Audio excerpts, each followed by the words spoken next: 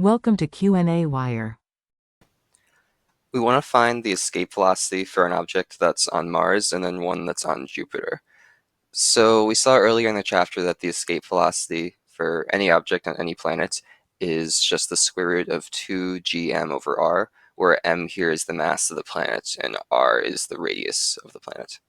So part A, we're doing Mars. So I've just gone ahead and looked up those values in the appendix. So we have the mass of Mars and the radius of Mars. So all we need to do is just directly plug those into the equation. And when we do that, we find that the escape velocity on Mars should be 5.02 times 10 to the third meters per second. So about 5 kilometers a second, pretty fast. And then on Jupiter, 1.12 times 10 to the fourth meters per second. So even faster here. So its radius is a little bit bigger, which makes it slower, but then its mass is much bigger. So there are two escape velocities. And then they ask us, why does the escape velocity not depend on the mass of the object at all?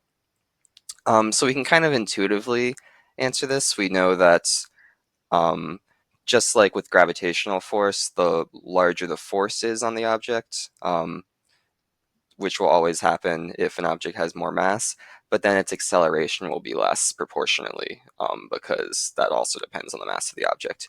But we can do this a little bit more analytically here too. So what we're actually doing to find this escape velocity is just saying that the gravitational potential of the object has to be overcome by the kinetic energy of the object.